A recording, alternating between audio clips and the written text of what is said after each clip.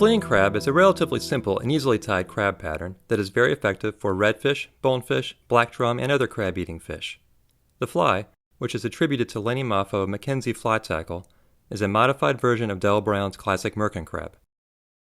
The legs come alive with the slightest current or fly movement, often enticing strikes from fish that did not even know they were hungry.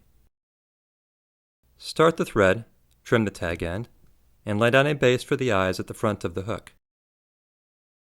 Tie the eyes in about a hook eye diameter behind the eye of the hook on top of the hook shank. That is, on the side opposite the hook point. If you plan to add a weed guard, you might want to leave a little more space. The eyes should be secure with a series of figure-8 wraps. Wraps over the eyeball and under the hook shank, and cinching wraps between the eyeballs and the hook, which are intended to further tighten your earlier wraps. Finish with several locking wraps. If you have trouble securing eyes to a hook, watch our video on tying in lead eyes.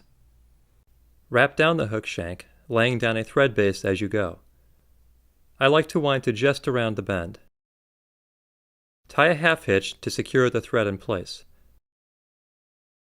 I'm going to work my thread just a little way up so I have some space to wrap back. Take 3 or 4 full-length Sili-Legs, find the center point, and double them over the thread. Trap them with your thread hand pointer finger, then use your other hand to guide them into place on top of the hook shank.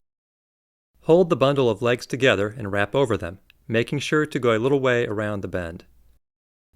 Wrapping around the bend will force the legs to stick up when the fly is resting on the bottom with the hook point up. When the legs are secured in place, tie a half hitch.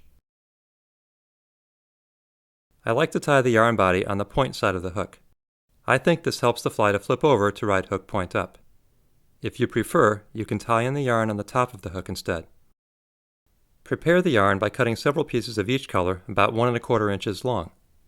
If you are using carded yarn, cut at the crease where it wraps around the cardboard and in the center of the straight section.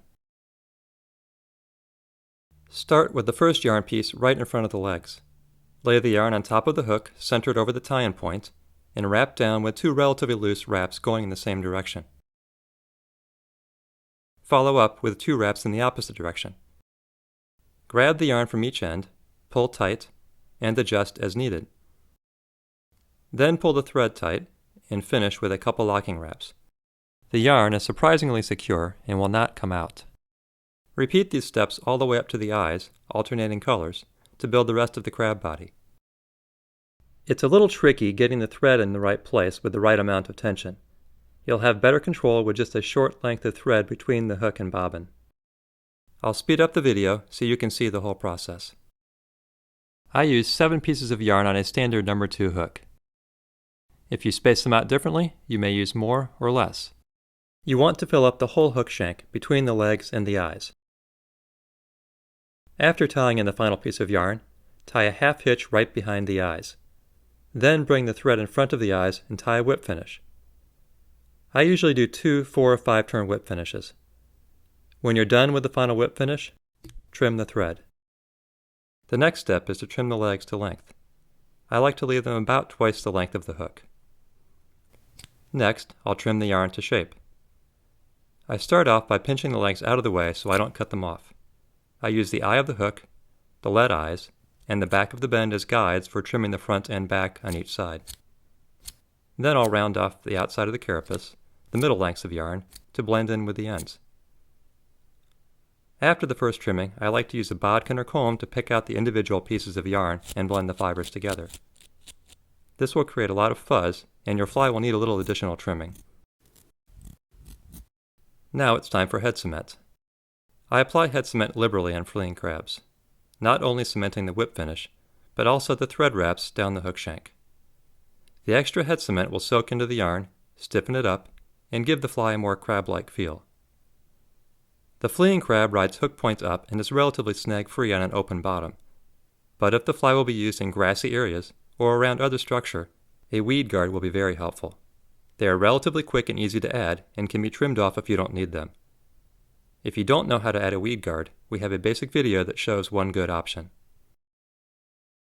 This simple pattern is often just as effective as much more complicated crab patterns, and is a lot quicker and easier to tie. In my experience, the fleeing crab is best fished very slowly along the bottom. Once you get it in front of a fish, the best tactic is usually to simply let the fly sit still until the fish sees it and eats.